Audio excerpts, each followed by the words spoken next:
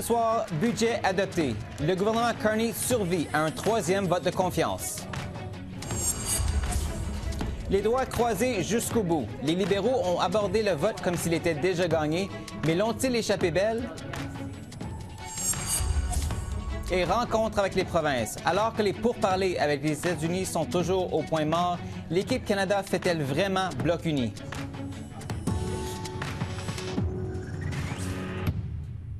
Bonsoir, mesdames et messieurs. Ici Marc-André Cossette. Bienvenue à l'essentiel. Le gouvernement minoritaire de Mark Carney a réussi un test crucial ce soir. Il a remporté un troisième et dernier vote de confiance sur son budget, avec un vote de 170 députés en faveur et 168 contre. Ayes pour 170, 170. Nays contre 168, 170. À deux sièges de la majorité, rien ne garantissait que le vote tournerait en faveur des libéraux. Et il faut dire que rien n'était gagné ou rien n'était réglé plutôt en début de journée, alors que les libéraux avaient toujours un déficit de vote pour faire adopter le budget.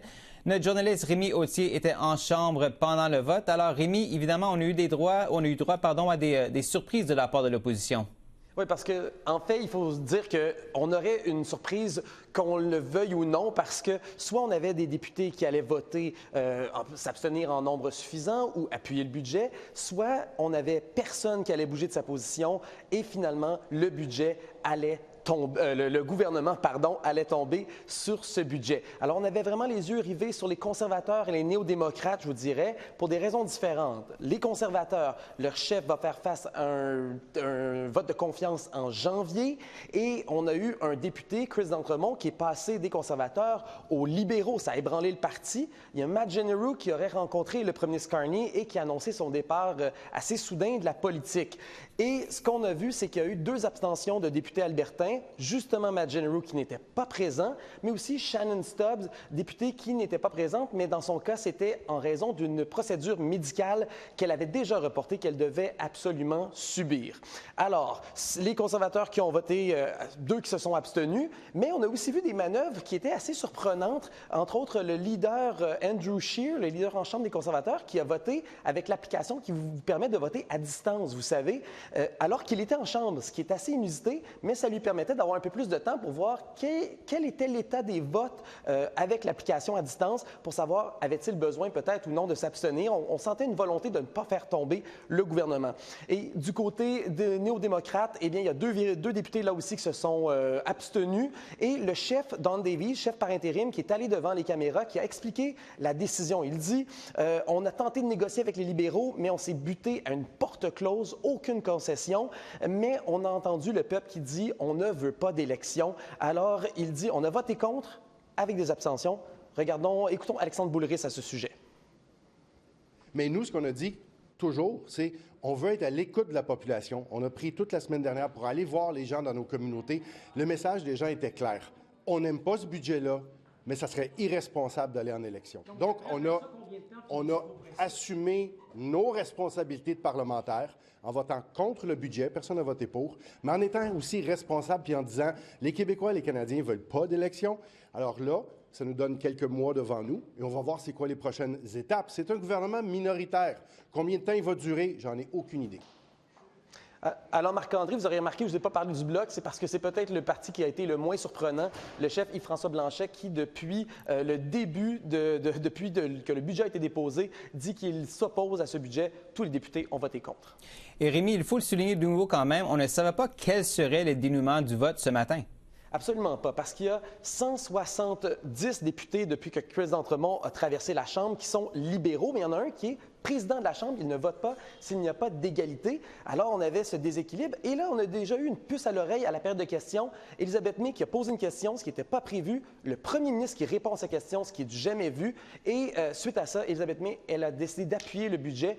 Pourquoi? Parce qu'elle dit que le premier ministre a dit, dans réponse à sa question, qu'il allait protéger l'environnement, qu'il allait respecter l'accord de Paris, et parce qu'elle dit que la population canadienne n'avait pas d'appétit pour des élections.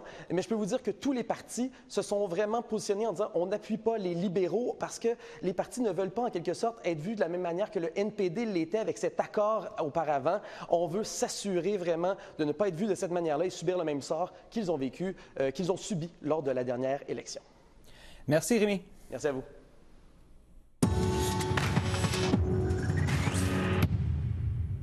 L'une des députées dont le vote pouvait véritablement faire basculer le sort du gouvernement, c'est la chef du Parti vert, Elizabeth May. Elle a finalement appuyé le budget et elle est avec nous ce soir pour expliquer sa décision. Madame May, bonsoir. Bonsoir Marc-André, merci. Alors, j'aimerais d'abord vous faire entendre 2 extraits enregistrés le 7 novembre, quelques jours après le dépôt du budget.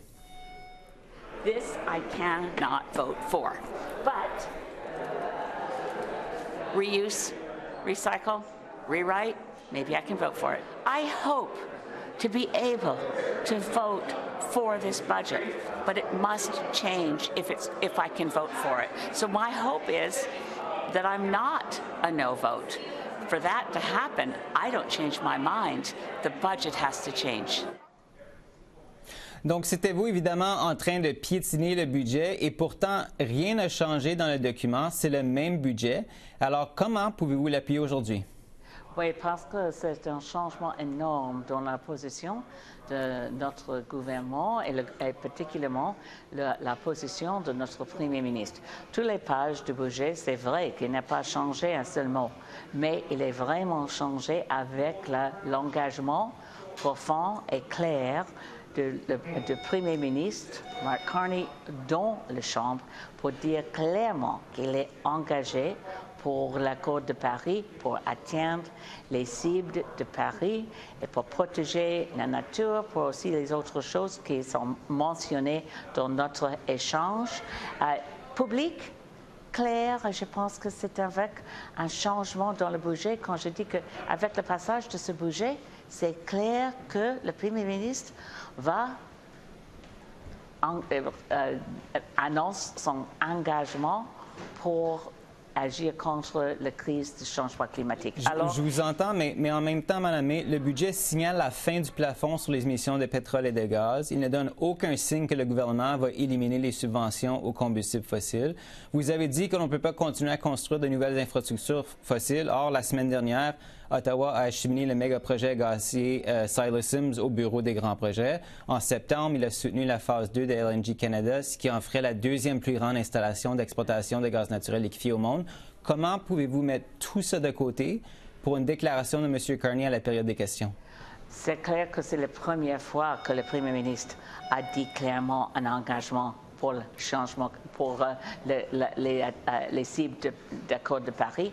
Mais aussi, c'est clair que je reste contre les projets d'énergie fossile. Mais il y a les autres choses qui sont possibles en même temps. Et pour atteindre les cibles, on doit faire les choses tout à fait différentes, mais c'est vraiment possible. Et maintenant, pour moi, ce n'est pas une décision facile, clairement. Mais j'ai aussi un grand sens de mon responsabilité pour mon pays dans une période de conflit et de lutte de commerce avec la Maison-Blanche. Je veux faire les choses pour protéger un esprit de coopération, peut-être pas protéger, mais mettre sur pied un esprit de coopération dans un Parlement minoritaire. Pour moi, la chose la plus importante, c'est de protéger l'avenir pour nos jeunes, ma petite-fille. C'est premièrement dans mon cœur et mes décisions. Alors, je pense que c'est un succès très important d'avoir l'engagement du Premier ministre en faveur de l'accord de Paris, puis aussi pour protéger la nature et les autres choses dans un petit 35 secondes. Mais justement là-dessus, qu'est-ce que vous répondez aux Canadiens qui s'inquiètent des changements climatiques, qui voient dans le Parti vert le seul parti de confiance sur l'environnement et qui pensent que, au fond, vous avez reculé au moment où il fallait tenir bon? Non, c'est clair que j'ai fait les choses aussi avec mon sens de responsabilité. C'est aussi parce que la grande majorité des Canadiens et Canadiennes ne l'aiment pas l'idée d'une élection très tôt. Mais pour moi, c'est un sens de responsabilité énorme pour tout le pays du Canada, mais aussi pour mon communauté, ma circonscription, mais premièrement pour la planète. Et ça, c'est le Parti vert. Nous avons un cœur et je nous prenons nos responsabilités et j'espère que toujours je fais mon possible. Peut-être que ce n'est mais pas... vous avez vu ce qui est arrivé au NPD lorsqu'il a signé l'accord de soutien de confiance avec les libéraux. Il a pratiquement disparu de la scène politique. Avec votre décision aujourd'hui, est-ce que vous ne craignez pas que vous courez un risque semblable en appuyant le budget de M. Carney? Oui, pardonnez-moi, je ne peux pas, c'est beaucoup de bruit ici. Je peux enlever le volume, Oui, pardonnez-moi. C'est que on a vu évidemment ce qui est arrivé au NPD lorsqu'ils ont appuyé, ils ont signé l'accord de soutien de confiance avec les libéraux. Ils ont pratiquement disparu de la scène politique. Est-ce que vous craignez qu'avec votre décision aujourd'hui, vous courez un risque semblable? Vous appuyez le budget. Est-ce que vous craignez que le Parti vert pourrait être carrément rayé la carte électorale du Canada? J'espère que la grande majorité des Canadiens vont comprendre mes motivations pour protéger l'avenir pour nos enfants et petits-enfants. Mais en même temps, comme un chef d'un parti de l'opposition dans un Parlement minoritaire, je pense que nous avons une responsabilité de faire l'effort de travailler ensemble avec le Premier ministre et le gouvernement du Canada. C'est vrai que j'ai beaucoup de respect pour les gens qui ont voté non. Ce n'est pas un bon budget, pour moi, pas du tout. Mais il y a la possibilité maintenant d'améliorer les décisions, d'éliminer les subventions pour l'énergie fossile. Maintenant, j'espère qu'avec travail énorme, je vais travailler comme toujours, je vais travailler fort pour atteindre les cibles de Paris, ensemble avec tous les autres députés de tous les partis, ensemble pour faire les choses qui maintenant c'est difficile, sont dures, mais c'est possible de faire le meilleur maintenant ensemble avec un esprit de coopération. C'est bon. Élisabeth May, chef du Parti vert, merci encore une fois d'avoir été avec nous ce soir. Merci encore.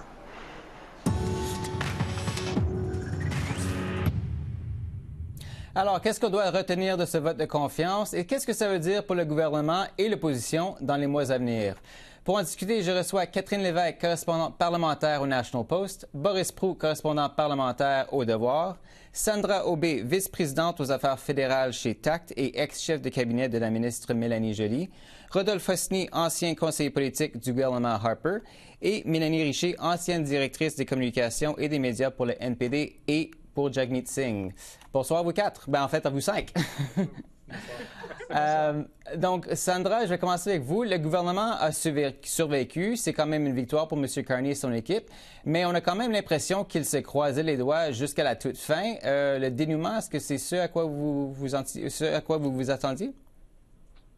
Je pense qu'il n'y a pas grand monde au gouvernement, en tout cas, qui avait envie d'aller en élection. Alors, le résultat, on n'aura pas d'élection pour des fêtes de fin d'année. Alors, les mordus politiques, peut-être, auraient aimé savoir ça comme cadeau Noël, mais je pense que si on regarde les sondages, la majorité des citoyens n'avaient pas envie d'aller en élection. Les gens qui suivent la politique de près et ce qui se passe à Ottawa, on avait une bonne idée que c'était ce qui allait jouer, mais comme les élections nous l'ont appris plus tôt cette année, on peut jamais rien prendre pour acquis. Et honnêtement, ça s'est joué quand même de manière très serrée et jusqu'à la toute fin. Mélanie, on surveillait évidemment de près les votes du NPD. 2 de ses députés ont choisi de s'abstenir, Laurie Idlout et Gord Johns. Votre réaction, est-ce que ça met en lumière à quel point le parti est affaibli, divisé, vulnérable en ce moment? Mais qu'est-ce que je trouve intéressant, c'est la manière que le parti a expliqué son vote, que le parti était contre, puis qu'il y avait qu'elle allait s'abstenir pour pouvoir aller en élection. Tandis que quand on entendait les discussions un petit peu plus tôt aujourd'hui ou même la semaine dernière, que c'était comme le caucus n'était pas décidé, le fait que Gord puis Laurie, les deux se sont abstenus. Je pense que ça veut dire que le caucus a probablement eu des bonnes discussions aujourd'hui puis en fin de semaine pour être d'accord sur leur approche. Donc, je trouve ça bon signe.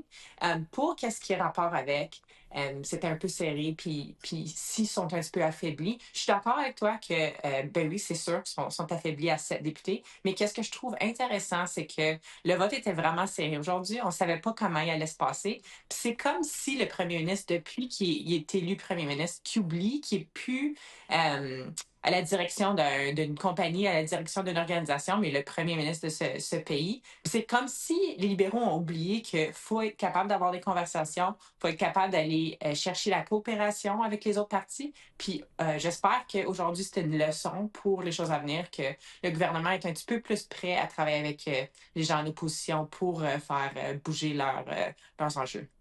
Rodolphe, j'aimerais évidemment vous entendre là-dessus également, mais je vais aussi juste souligner rapidement qu'aucun vote n'a été enregistré pour 2 députés conservateurs, Shannon Stubbs et Matt Genereux. On sait évidemment ce dernier a annoncé quelques jours après le dépôt du budget qu'il allait démissionner de son poste. Donc, votre réaction au vote et à la décision de M. Genereux de s'abstenir? Oui, et je pense que Shannon Stubbs a une condition médicale qui était déjà enregistrée. Mais moi, ce que je retiens, et Mélanie, je pense, l'a dit très, très bien, M. Carney doit faire très attention parce que ça a marché cette fois, mais ce n'est pas la dynamique d'un gouvernement minoritaire. Ne l'oublions pas. C'est comme si on avait oublié comment un gouvernement minoritaire fonctionne. Ça veut dire qu'il faut à chaque fois négocier au moins quelques éléments, que ce soit avec des partis d'opposition. Oui, il a réussi à faire aujourd'hui, en dernière minute, cette fameuse phrase avec Elisabeth May qui ne veut pas dire grand-chose, que peut-être, oui, j'aime bien l'accord de Paris, mais rien de plus. Donc, Mme May a plié très bien, mais le NPD a fait 2 abstentions très bien, mais il ne pourra pas jouer à ce jeu-là, en tout cas, très, très longtemps. Donc, c'est un rappel, je pense, à l'ordre juste du fait qu'un gouvernement minoritaire, c'est comme ça que ça fonctionne. C'est pas parce que Justin Trudeau a réussi à faire un accord avec le NPD que c'est traditionnellement comment ça fonctionne. Donc, je pense que c'est un rappel à l'ordre. Non, il n'y aura pas d'élection à Noël. On verra est-ce qu'il y en aura au printemps. C'est à suivre ou certainement pour le prochain budget, parce que je ne pense pas qu'il pourra rejouer ce jeu-là pour un deuxième budget au mois de novembre. Catherine, le résultat du vote, est-ce que ça correspondait à vos attentes? On se doutait que ça allait être très, très serré, que ça allait vraiment se jouer avec les abstentions, surtout, parce que, bon, je pense que l'annonce de Mme May, c'était une surprise aujourd'hui. On savait qu'elle négociait, qu'elle espérait avoir quelque chose. Et je vous avoue que quand elle s'est levée en chambre, plus tôt aujourd'hui, pour poser une question au premier ministre, je me suis dit, elle va peut-être y voir un gain et elle va peut-être voter en faveur de ce budget, finalement, ou de cette motion. Mais donc, je vous dirais que pour ce qui est des autres, on s'attendait, on regardait vraiment du côté du NPD, mais aussi chez les conservateurs, parce que quand même, il y a 2 députés dans chaque parti qui ont décidé de s'abstenir ou de ne simplement pas voter pour toutes sortes de raisons. Mais ce qu'on n'a pas vu, et ce qu'on a vu en coulisses, là, si on était dans la Chambre des communes, c'est qu'il y avait aussi un plan B pour les conservateurs. Il y avait Andrew Scheer et il y avait aussi Scott Reed qui se sont dépêchés. Quand ils ont vu que le vote allait passer, finalement, ils se sont dépêchés d'aller voter, de vouloir enregistrer leur vote pour voter non. Alors, je pense que vraiment, on s'est entendu qu'il n'allait pas y avoir d'élection.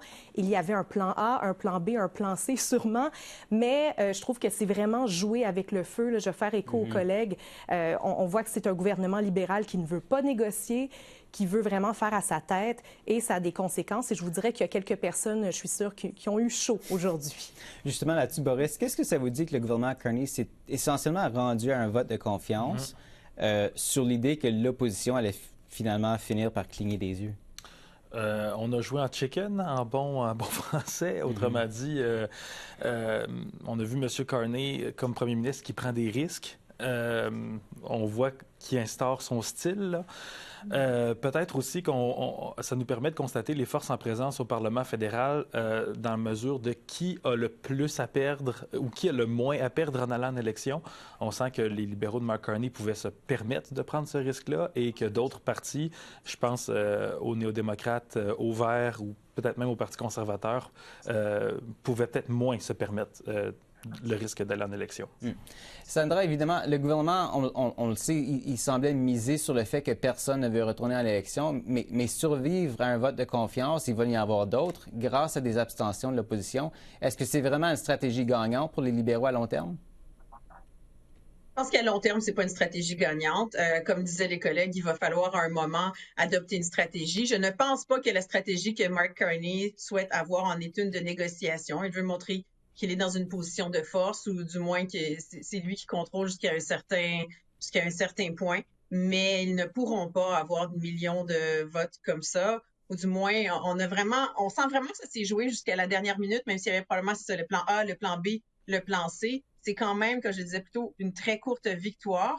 puis ça vient pas donner nécessairement pleine confiance. Ça vient pas donner l'exemple qu'on a pleinement les coups des franches. Donc, à un certain moment, soit le gouvernement voudra avoir les coups des franches ou les oppositions en auront marre de cette approche-là. Rodolphe, au fond, est-ce que c'est pas... Oui, allez-y. Ben, en fait, j'allais juste relancer une autre question. Est-ce que c'est pas quand même, dans une certaine mesure, une démonstration de force de la part du gouvernement? Ils ont tenu tête à l'opposition, ils ont gagné. Oui, c'est sûr que c'est une démonstration de force, mais faites très attention. Il peut aussi avoir des voix à l'intérieur du caucus libéral qui ne sont pas contents, par exemple, des changements sur le pétrole, sur le gaz, sur le plafond d'émissions, etc. Donc, vous savez, on dit toujours, OK, là, ça a fonctionné. Peut-être que les conservateurs, le NPD et les autres ne voulaient pas d'élection, donc on jouait le jeu peut-être des abstentions. Mais attention, il peut aussi avoir des départs au Parti libéral ou même des libéraux à l'intérieur qui font du chantage dans le caucus. C'est déjà arrivé. J'ai fait partie d'un gouvernement minoritaire. Je peux vous dire que ça existe aussi du chantage à l'intérieur d'un parti qui est au gouvernement. Donc, c'est encore une fois un rappel à l'ordre à M. Carney de faire attention de l'autre côté de la Chambre, mais aussi de faire attention dans son propre caucus. Mélanie, les libéraux ont-ils vraiment raté une occasion ici de bâtir des ponts avec les partis de l'opposition? Et croyez-vous qu'il va y avoir un coût politique à payer pour le gouvernement dans les mois à venir? Je pense que oui, parce qu'on le répétait une couple de fois que c'est un gouvernement minoritaire. Donc, c'est pas juste les votes de confiance qui vont faire les choses un petit peu plus difficiles pour le premier ministre. Ça va être en chambre, ça va être avec les comités.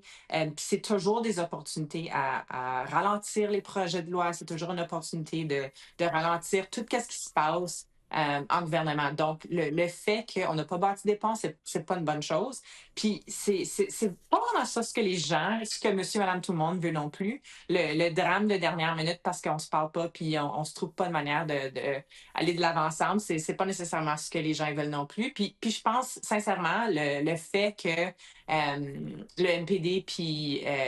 le NPD disait aujourd'hui, on voulait être responsable, on ne voulait pas aller en élection. Je pense que ça aussi, c'est un message que le gouvernement ne va pas être capable de porter parce qu'il n'était pas capable d'avoir des conversations avec les gens. Donc, je pense que c'est une opportunité manquée. Oui, on n'est pas en élection, le gouvernement survit, mais je ne suis pas sûre que c'est ça l'histoire aujourd'hui. Sandra Aubé, Rodolphe Hosny, Boris Proulx et Catherine Lévesque, merci à vous tous d'avoir été là ce soir.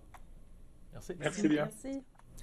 Le premier ministre Mark Carney a tenu une rencontre virtuelle ce matin avec ses homologues provinciaux et territoriaux. Une rencontre jugée productive selon la première ministre du Nouveau-Brunswick, Susan Holt. Le bois d'œuvre, certainement, ça joue un rôle majeur ici au Nouveau-Brunswick. J'étais heureux d'entendre du premier ministre qu'ils vont avoir un nouveau programme, je dirais, puis qu'il a appelé quelque chose de significance pour le secteur.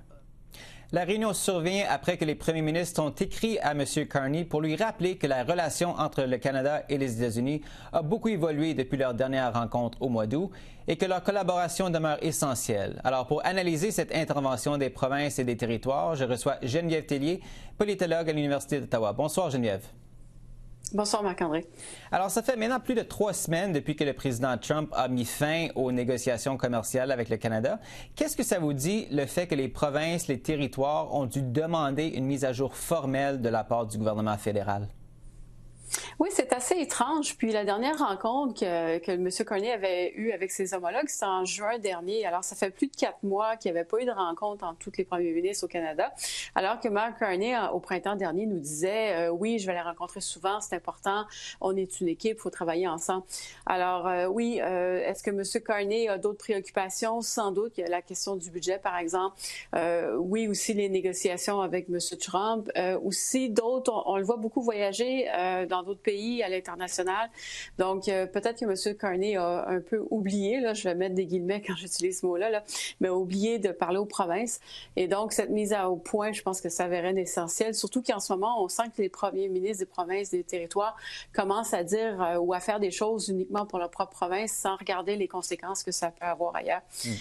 Et donc, oui, c'était peut-être le bon temps de recadrer tout ça puis d'avoir tout le monde qui se parle et de s'assurer que tout le monde aussi a un même objectif et va dans le même sens. Le ministre Dominique Leblanc a assuré que le Canada est prêt à reprendre les négociations quand les Américains seront disposés à le faire, mais il a aussi précisé qu'il ne va pas rester accroché au téléphone pour attendre un message du président Trump. En gros, le message semble être « la balle est dans le camp américain ». Comment est-ce que vous interprétez cette décision du fédéral, cette idée d'attendre que Washington bouge, alors qu'on le sait, plusieurs secteurs encaissent déjà les coups? Oui, puis c'est un changement de stratégie. Hein. Jusqu'à présent, le gouvernement canadien était quand même proactif puis essayait de tout faire pour amadouer l'administration américaine puis poursuivre les échanges. Mais je pense qu'on s'est rendu compte que ça fonctionnait pas. Et peut-être que le temps maintenant est devenu notre allié. C'est-à-dire qu'il commence à y avoir des répercussions aux États-Unis sur justement les tarifs douaniers. Le coût de la vie augmente. Des pressions des milieux des affaires aussi qui commencent à se faire auprès de leurs représentants américains, leurs représentants élus. Et donc peut-être pour le Canada, le temps est venu de justement utiliser une autre stratégie, puis de laisser un peu plus de temps à voir comment les choses vont évoluer. M. Carney aussi fait beaucoup d'efforts pour développer des relations avec d'autres pays. Ça aussi, ça prend du temps, donc ils peuvent aussi miser sur cet aspect-là. Maintenant, le problème pour M. Carney, c'est que c'est pas tous les premiers ministres qui veulent prendre leur temps. Il y en a qui veulent avoir des actions concrètes. Je pense à François Legault au Québec qui disait non, ça nous prend un accord et un accord le plus rapidement possible. Je pense à d'autres premiers ministres comme Scott Moe au Saskatchewan qui dit moi j'ai un problème avec le canola, il faut les régler le plus rapidement possible, alors que certains autres premiers ministres comme Doug Ford, lui, est plus favorable à la méthode forte. Alors il s'agit de tout combiner tout ça, mais clairement on semble voir un changement de stratégie au gouvernement fédéral. C'est sans doute ça aussi que M. Carney a expliqué à ses homologues aujourd'hui, cette nouvelle vision, puis qu'est-ce qu'il attendait avec cette nouvelle stratégie. Vous y avez déjà fait allusion, mais on parle souvent justement de l'importance d'afficher un front commun dans les discussions commerciales avec les États-Unis. Cette idée d'une équipe Canada, on le sait, ça nous a bien servi lors des négociations de l'ALENA avec le gouvernement Trudeau. Mais comment est-ce que vous décririez en ce moment l'état des relations entre les différentes provinces? Bien, c'est ça, on n'a pas l'impression qu'ils travaillent ensemble sans nécessairement s'affronter non plus, mais chacun fait à sa manière. Le meilleur exemple qu'on a eu, c'est Doug Ford quand il est allé avec ses publicités qui ont vraiment choqué Donald Trump. C'est là que les négociations ont arrêté. Et là, on s'est posé la question, est-ce que la méthode de Doug Ford d'y aller de publicité, c'était la bonne chose? Certains premiers ministres étaient plutôt d'accord avec cette approche-là. M. Eby, en Colombie-Britannique, pensait même faire lui-même ses propres publicités, mais d'autres ont reproché à Doug Ford son manque de sensibilité ou de ne pas voir toutes les implications de cette décision-là. Donc, on dirait vraiment que c'est chacun pour soi en ce moment. Alors, ça peut aller dans tous les sens. Puis, effectivement, ce qui a fait le succès, je pense que vous le mentionnez bien jusqu'à présent, c'est cette unité Canada, l'équipe Canada. Alors, c'est sans doute, ça tombe sous la responsabilité de Mark Carney. Et ça s'explique sans doute, comme je le disais au début, ça fait 4 mois qu'ils ne se sont pas rencontrés. Donc, c'est à M. Carney à essayer de retisser tout ça, rebâtir tout ça et de s'assurer une meilleure collaboration. Et d'ailleurs, c'est ce qui ressort de cette conférence-là, c'est qu'il semble qu'on va se rencontrer plus fréquemment à l'avenir, justement, pour maintenir ces bonnes relations-là qui sont importantes. Geneviève Tellier, toujours un plaisir de vous avoir à l'émission. Merci d'avoir été avec nous ce soir. Ça m'a fait plaisir. Et voilà, c'est comme ça qu'on a vu l'essentiel de l'actualité de ce lundi 17 novembre. Ici Marc-André Cossette qui vous remercie d'être à l'antenne de CEPAC, la chaîne d'affaires publiques par câble. Je vous donne rendez-vous demain, 20h30. D'ici là, merci et bonne soirée.